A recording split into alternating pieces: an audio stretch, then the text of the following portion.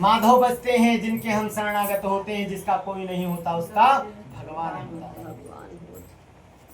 क्योंकि जब संसार, भाई देखिए हम यहाँ पर आए हैं तो यहाँ तो बंधन है, माया के बंधन है भाई। जो माता पिता पुत्र पुत्री ये सब बंधन है, कैसे बंधन है? माया के बंधन है। क्योंकि शास्त्र में कहा गया कि ये शरीर हम नहीं ले जा पाएंगे। भाई देखिए क्या ले जा पाएंगे? साथ में धर्मार्थ के काम, जो आपने धर्म के कार्य किए हैं वही ले जा पाएंगे। इससे भाई बहुत लोगों को अपने शरीर पर अभिमान होता है, भाई बलिष्ठ होते हैं, बहुत लोग बलवान होते हैं, कहते हैं कि हम बहुत बड़े बलवान हैं।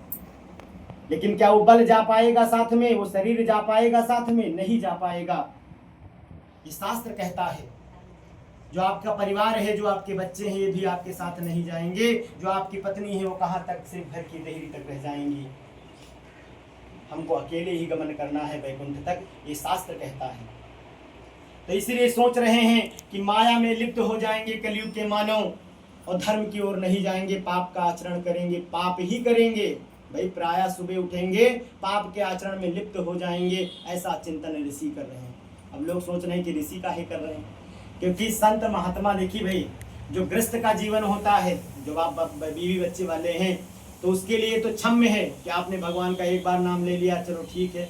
लेकिन जो साधु महात्मा संत होते हैं उनके लिए तो विधान बताया गया है कि भाई देखिए आप चाहे एक बार खाना खाइए लेकिन 1000 बार भगवान का नाम लीजिए।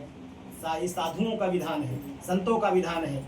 चाहे भोजन न मिले लेकिन भगवान का नाम लेना आप न भूलें। ये ग्रस्त में तो चल जाएगा कि आप भगवान का नाम नहीं लियो, 4 दिन पूजा नहीं किए, 5 दिन पूजा नहीं किए, लेकिन संत के लिए चलने वाला नहीं है। क्योंकि संत को भाई देखिए, संत के विधान होते, संत त्यागी होते हैं, वो तो संसार को त्याग देते हैं। जब उन्होंने भगवान में ही अपना मन रमा लिया तो भगवान का ही तो नाम लेंगे। और जो गृहस्थी वाला है तो उसको तो बहुत कुछ देखना, यहाँ बैठा है, पता लगे खेती बाड़ी में कोई उसका काम है, कोई जानवर पाले हुआ है, कोई गैया गौ सेवा कर रहा है, गैया को चारा देना है, तो उसका मन तो भटकता रहता है। लेकिन जो साधु महात्मा संत होते हैं वो तो भगवान में रमे होते हैं। तो इसलिए कहा गया है कि जो साधु महात्मा होते हैं उनके लिए क्षमादान नहीं है भाई, उनको भगवान का नाम तो लेना ही लेना है।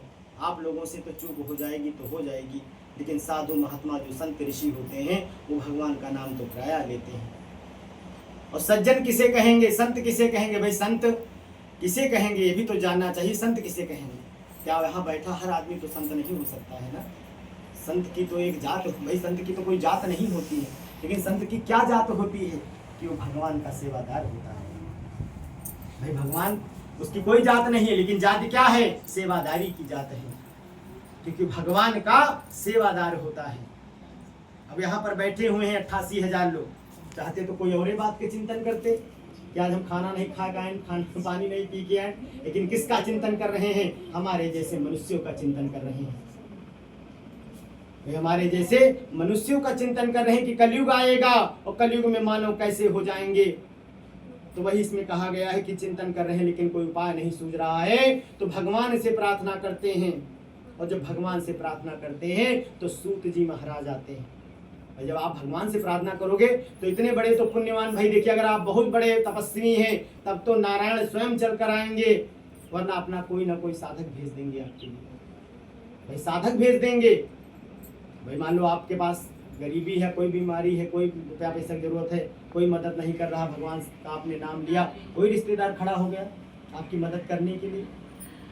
तो वही इसमें बताया गया है कि अतिथि देखी उठी कय मिलहे, भरिउर गम सप्रेम, चंचल साधु प्रवीण कहा, यासु करम और नेम, आवत ही हर सय नहीं, नैनन नहीं सने, तुलसी तहाँ न जाइए, कंचन बरसई में करें, आवत ही हर से नहीं। देखिए बात सब पर लागू होती है कि आवत ही हर से नहीं, नैनन नहीं सने। अब सूत जी महाराज वहां पर जब आए तो जितने ऋषिगण थे सब खड़े हो गए, क्योंकि सूत जी महाराज उस समय 10 पुराणों का अध्ययन किए थे। तो विद्वान थे वो। 10 पुराण, 18 पुराण होते हैं भैया, जिसमें से 10 उनको पता। और उस समय के वो जो थे बहुत बड़े विद्वान थे। 10 पुराणों का अध्ययन कर चुके थे, महाविद्वान थे। तो वही कहा गया जब वो आते हैं तो खड़े हो जाते हैं। तो ये किस लिए बताया गया कि पता चला आपके दरवाजे पर आपके फूफा आए हैं और आप बैठे हो कुर्सी पर, ये कोई आचरण नहीं होता है, ये हमारे धर्म का आचरण नहीं है। भाई दूसरे धर्म में होता होगा लेकिन हमारे धर्म का आचरण नहीं है, क्योंकि हमारा जो मन्य होता है, हमारा जो भय नहीं होता, हमारा मन्य होता है। भाई हमारे लिए तो पूजनीय होता है।